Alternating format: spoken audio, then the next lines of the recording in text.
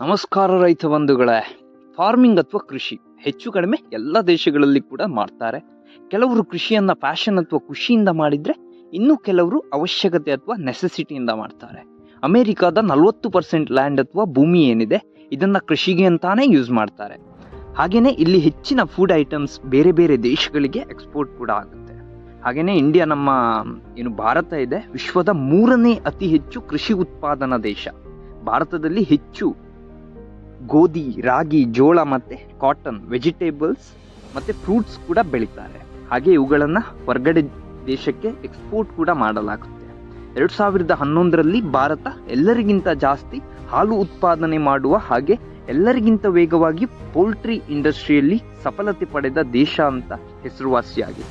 ಹಾಗೇನೆ ಅಲ್ಲಿಂದ ಭಾರತ ಫಾರ್ಮಿಂಗ್ ಮತ್ತೆ ಅಗ್ರಿಕಲ್ಚರ್ ಇಂಡಸ್ಟ್ರಿಯಲ್ಲಿ ಮುನ್ನುಗ್ತಾನೆ ಇದೆ.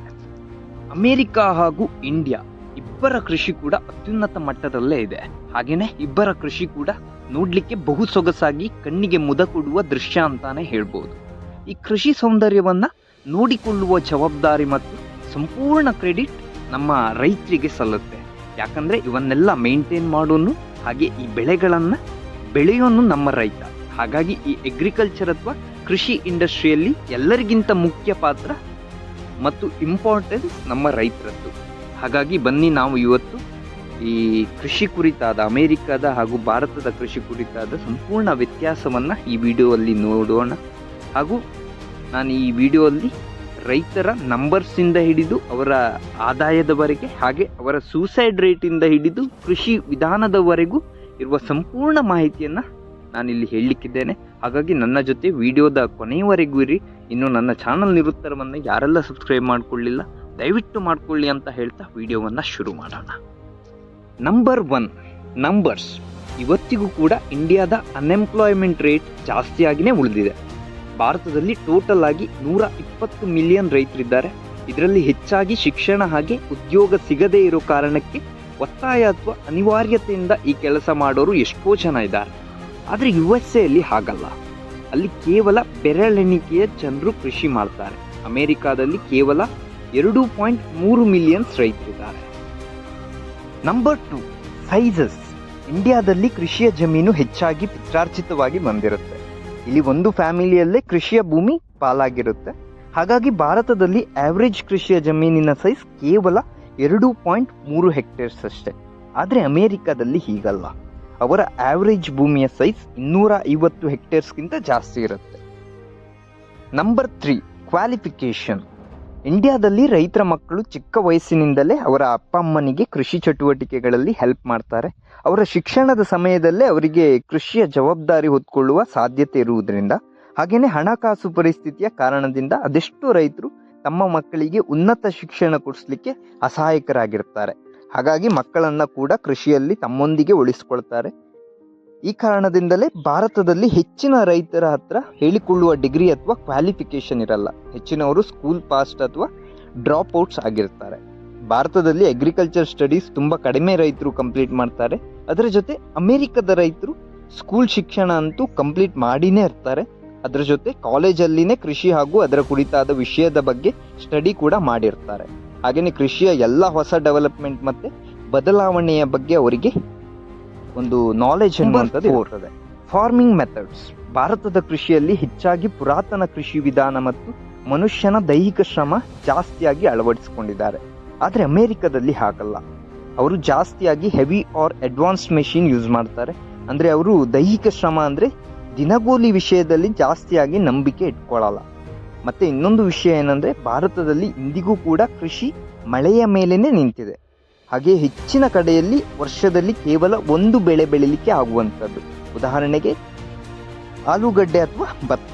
ಅದೇ ಅಮೆರಿಕದ ರೈತರು ವರ್ಷದಲ್ಲಿ ಬೇರೆ ಬೇರೆ ಬೆಳೆ ಬೆಳೀತಾರೆ. ಹಾಗೆ ಇವರು ಟೆಕ್ನಾಲಜಿ ಮತ್ತೆ ಸೈನ್ಸ್ನ ಸರಿಯಾಗಿ ಉಪಯೋಗ ಮಾಡ್ತಾರೆ. ಇದರಿಂದ ಅವರು ತಮ್ಮ ಪ್ರೊಡಕ್ಷನ್ ವ್ಯಾಲ್ಯೂ ಅನ್ನು ಕೂಡ ಜಾಸ್ತಿ ಮಾಡ್ಕೊಳ್ತಾರೆ.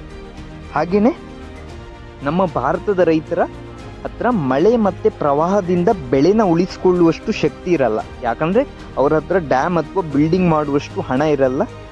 ಅಂದ್ರೆ ಇವರಿಗೆ ಇಷ್ಟು ಇನ್ವೆಸ್ಟ್ಮೆಂಟ್ ಮಾಡೋ ಶಕ್ತಿ ಇರಲ್ಲ. ಆದ್ರೆ USA ಅಡ್ವಾನ್ಸ್ ಸಿಸ್ಟಮ್ ಯೂಸ್ ಮಾಡ್ತಾರೆ. ಅಂದ್ರೆ ಮಳೆ ಮತ್ತೆ ಪ್ರವಾಹ ಆದ್ರೆ ಕೂಡ ಅವರು ತಮ್ಮ ಫಸಲನ್ನ ಬಚಾವ್ ಮಾಡ್ಕೊಳ್ತಾರೆ. ಇನ್ನೊಂದು ಮುಖ್ಯ ವಿಷಯ ಏನಂದ್ರೆ, ಭಾರತದಲ್ಲಿ ಹೆಚ್ಚಾಗಿ ಫಾರ್ಮಿಂಗ್ ಅಥವಾ ಕೃಷಿ ಬಡ ಕುಟುಂಬಗಳೇ ಮಾಡ್ತಾರೆ. ಆದರೆ ಅಮೆರಿಕದಲ್ಲಿ ಕೃಷಿ ಅನ್ನುವಂಥದ್ದು ಬಿಸ್ನೆಸ್ ಇದ್ದಾಗೆ. ಇದನ್ನು ಬಿಸ್ನೆಸ್ ಕಾರ್ಪೊರೇಷನ್ ಅಡಿಯಲ್ಲಿ ಜಾಸ್ತಿ ಇರುತ್ತೆ. ಹಾಗಾಗಿ ಪ್ರೊಫೆಷ್ನಲ್ ಜನರಿಂದ ಈ ಕೃಷಿಯನ್ನು ಮೇಂಟೈನ್ ಮಾಡ್ತಾರೆ. Number 5, outputs. USA ಅಲ್ಲಿ ಇಂಡಿಯಾಕ್ಕಿಂತ ಕಡಿಮೆ ಫಾರ್ಮ್ ಇದ್ದರೆ ಕೂಡ ಇಂಡಿಯಾಕ್ಕಿಂತ ಪ್ರೊಡಕ್ಷನ್ ಪವರ್ ಅವರದ್ದು ಜಾಸ್ತಿ ಆಗಿರುತ್ತೆ. ಎಕ್ಸಾಂಪಲ್ಗೆ ನೋಡುವುದಾದರೆ ಇಂಡಿಯಾದಲ್ಲಿ ರೈಸ್ 3 ಟನ್ಸ್ ಬೆಳೆದ್ರೆ ಅಮೇರಿಕಾದಲ್ಲಿ 7.8 ಟನ್ ಬೆಳೀತಾರೆ. ಕಾರ್ನ್ ಇಂಡಿಯಾದಲ್ಲಿ 1.8 ಟನ್ಸ್ ಬೆಳೆದ್ರೆ ಅಮೇರಿಕಾದಲ್ಲಿ 8.6 ಟನ್ ಬೆಳೀತಾರೆ. USA ಅಲ್ಲಿ ಕಾಟನ್ ಪ್ರೊಡಕ್ಷನ್ ಕೂಡ ಇಂಡಿಯಾಕ್ಕಿಂತ ಜಾಸ್ತಿ ಇದೆ.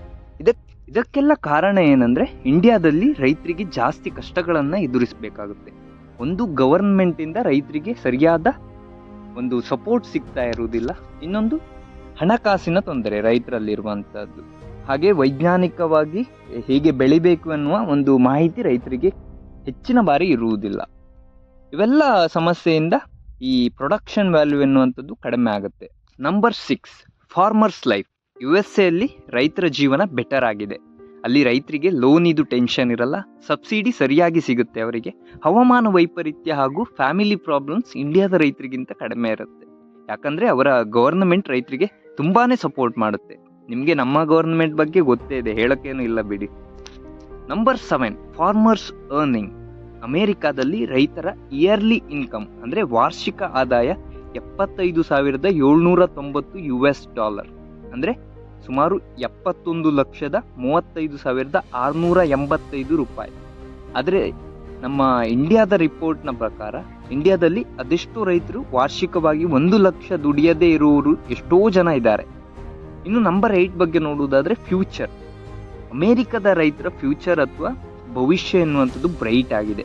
ಹಾಗೆಯೇ ನಾವು ಇಂಡಿಯಾದ ರೈತರಿಗೆ ಕೃಷಿಯ ಒಂದು ವೈಜ್ಞಾನಿಕ ಮಾಹಿತಿ ನೀಡಿ ನಮ್ಮ ದೇಶದ ರೈತರ ಭವಿಷ್ಯವನ್ನು ಕೂಡ ಉಜ್ವಲಗೊಳಿಸಬೇಕು ಎನ್ನುವುದು ನನ್ನ ಈ ವಿಡಿಯೋದ ಉದ್ದೇಶ. ಅದಕ್ಕೆಲ್ಲ ಮುಖ್ಯವಾಗಿ ನಮ್ಮ ಸೋ ಕಾಲ್ಡ್ ಗವರ್ನಮೆಂಟ್ಗಳ ಸಪೋರ್ಟ್ ಬೇಕು. ಕೇವಲ ರೈತರು ನಮ್ಮ ದೇಶದ ಬೆನ್ನೆಲುಬು, ನಾವು ಅವರಿಗೆ ಈ ಭಾಗ್ಯ ಕೊಡ್ತೇವೆ ಆ ಭಾಗ್ಯ ಕೊಡ್ತೇವೆ ಅಂತ ಎಲೆಕ್ಷನ್ ಟೈಮಲ್ಲಿ ಬಿಟ್ಟು ಭಾಷಣಗಳನ್ನು ಕೊಡುವುದು ಅಲ್ಲ. ಅದರ ಬದಲಾಗಿ ಸರಿಯಾದ ಸವಲತ್ತು ಹಾಗೆ ಬೆಂಬಲ ಬೆಲೆಯನ್ನು ರೈತರಿಗೆ ಕೊಡುವುದು ಅವಶ್ಯಕವಾಗಿರುವಂಥದ್ದು. ಭಾರತದ ಕೃಷಿ ಆಲ್ರೆಡಿ ಸುಪೀರಿಯರ್ ಆಗಿದೆ, ಆದರೆ ರೈತರಿಗೆ ಸರ್ಕಾರಗಳ ಬೆಂಬಲದ ಅವಶ್ಯಕತೆ ಎನ್ನುವಂಥದ್ದು ಬಹಳವಾಗಿದೆ. ಒಂದು ದೇಶಕ್ಕೆ ಯೋಧನ ಅವಶ್ಯಕತೆ ಹೇಗೆ ಇರ್ತದೆ ಅದೇ ಥರನೇ ರೈತನ ಅವಶ್ಯಕತೆ ಕೂಡ ಅಷ್ಟೇ ಇದೆ. ಹಾಗಾಗಿ ರೈತರ ಹಿತದೃಷ್ಟಿನ ಚಿಂತಿಸಬೇಕಾದ ಅನಿವಾರ್ಯತೆ ನಮ್ಮ ದೇಶಕ್ಕಿದೆ ಅಂತ ಹೇಳ್ತಾ, ಇದಿಷ್ಟು ಅಮೆರಿಕ ಹಾಗೆ ಭಾರತದ ಕೃಷಿಯಲ್ಲಿರುವ ಕೆಲವೊಂದು ವ್ಯತ್ಯಾಸ. ಇನ್ನೊಂದು ಕೃಷಿ ವಿಡಿಯೋ ಜೊತೆ ಬರ್ತೇನೆ. ನನ್ನ ಚಾನಲನ್ನು ಸಬ್ಸ್ಕ್ರೈಬ್ ಮಾಡಿಕೊಳ್ಳಿ. ಹಾಗೆಯೇ ಈ ವಿಡಿಯೋ ಇಷ್ಟ ಆದರೆ ನಿಮ್ಮ ರೈತ ಮಿತ್ರರಿಗೂ ಕೂಡ ಶೇರ್ ಮಾಡಿ. ಧನ್ಯವಾದಗಳು.